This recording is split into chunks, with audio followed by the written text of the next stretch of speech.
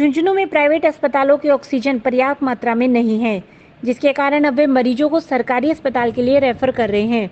तस्वीरें झुंझुनू के पंचदेव मंदिर के समीप संचालित झुंझुनू अस्पताल की है, जहां पर बीते 24 घंटे में करीब 1 दर्जन मरीजों को ऑक्सीजन न होने के कारण बीडीके अस्पताल झुंझुनू के लिए रेफर किया गया है।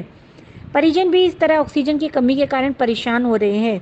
वे कह रहे हैं कि प्रशासन से भी बार बार हम गुहार लगा चुके हैं, लेकिन ऑक्सीजन नहीं मिल रही है। 5-5, 7-7 दिन भर्ती मरीज को हर 1 घंटे में चिकित्सक आकर दूसरे अस्पताल में जाने को कह देते हैं। पैसे देते देते भी ऑक्सीजन नहीं मिल रही है। इधर अस्पताल संचालक डॉक्टर कमल चंद सैनी ने बताया कि उन्हें करीब रोजाना के 40 से 50 सिलेंडर ऑक्सीजन चाहिए, लेकिन उन्हें 24 घंटे में आधे भी सिलेंडर नहीं मिल रहे।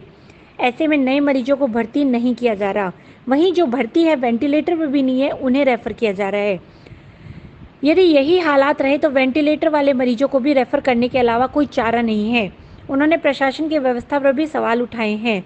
उन्होंने कहा कि ऑक्सीजन की मारामारी में अभी तक प्रशासन निजी अस्पतालों कोटा तक तय नहीं कर पाया है, ताकि हम ऑक्सीजन की आपूर्ति के हिसाब से मरीजों को भर्ती करें। मेरी मम्मी हम 22 तारीख को यहाँ लेके आए थे। हम सबसे बड़ी मैं ही हूँ, मेरे ऊपर पूरी जिम्मेदारी है। मैं लेडीज हूँ और यहाँ 7 रोज से भर्ती है मम्मी। कोविड नहीं है, ऑक्सीजन की ज़रूरत है। रिकवर कर रही थी अच्छी, 65 साल की उम्र है उनकी, और अब एंड टाइम पर डॉक्टर जी ने मना कर दिया। तो अब कहाँ जाएँ हम लोग वहाँ लेके। ऑक्सीजन की कमी। हाँ बताओ। प्राइवेट हॉस्पिटल को भी तो सरकार को कुछ सिलेंडर देने चाहिए ना, निश्चित करे। इस हिसाब से डॉक्टर अपने भर्ती कर सकता है मरीजों को। अब एंड टाइम पे इतने मरीज हैं, आईसीयू में हैं, कहाँ जाएं सब लोग, कहाँ लेके जाएं। प्रशासन कुछ भी नहीं कर रहा है, उसको करना चाहिए कुछ। मेरा नाम संदीप है, मेरी मम्मी जी एडमिट है। तो यहाँ हर 1 घंटे बाद हमें समाचार मिलता है कि ऑक्सीजन की प्रॉब्लम है, ऑक्सीजन नहीं मिल पा रही है, आप अपने पेशेंट को कहीं दूसरी जगह ट्रांसफर कर दो या शिफ्ट कर दो।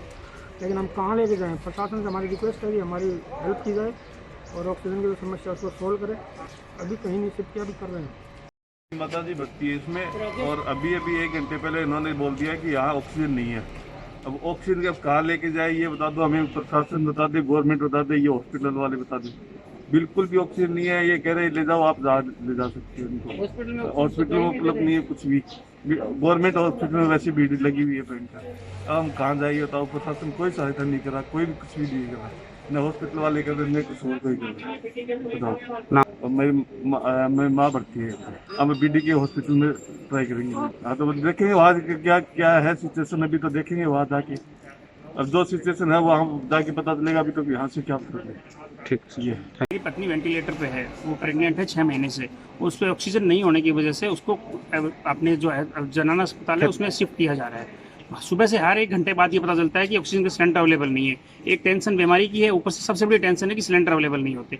किसी को भी बोलते हैं, प्रशासन को बोलते हैं, कोई सुनता नहीं है। सीएमएच ऑफिस गए तो वहाँ पे भी कुछ ऐसा नहीं हुआ, लेकिन उसके बाद भी हर 1 घंटे में एक नई टेंशन इसी की मिल रही है। प्लीज़ मैम कोशिश करो कि हमें ये टेंशन से मुक्ति दिलाने की कोशिश करें, कलेक्टर साहब और सीएमएच साहब। आज यहाँ पर रोज़ के क्या है कि हमारे पास 22 मरीज़ हैं और उनके हिसाब से हमें कम से कम 45 to 46 ऑक्सीजन सिलेंडर की आवश्यकता रहेगी। बट पिछले 3 दिनों से क्या है कि हर दिन सप्लाई में कटौती होते होते और आज स्थिति ये आ गई कि 11 बजे के बाद से हमें सिर्फ 2 सिलेंडर सप्लाई में मिले, जिसके कारण से हमारे ऑक्सीजन का जो पहले का बफर स्टॉक था वो भी ख़त्म हो गया।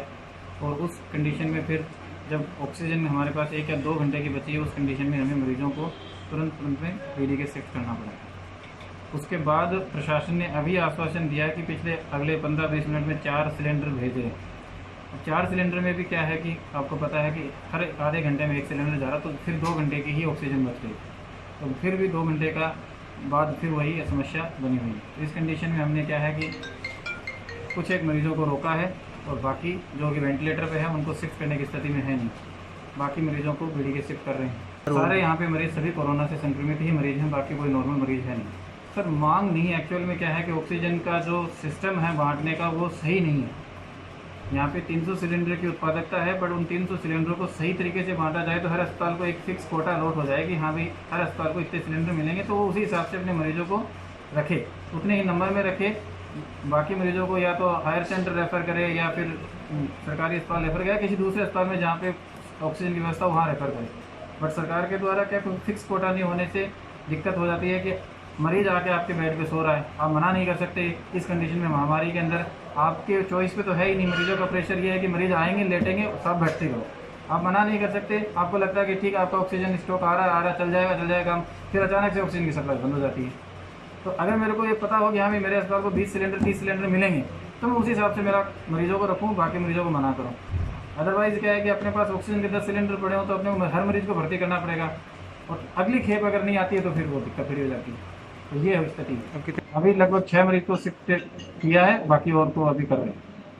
तो मरीज 3 वेंटिलेटर पे मरीज हैं, तो उनको तो हम कोशिश कर रहे हैं कि जैसे जैसे सप्लाई बनी रहे तो उनको रखा जाए।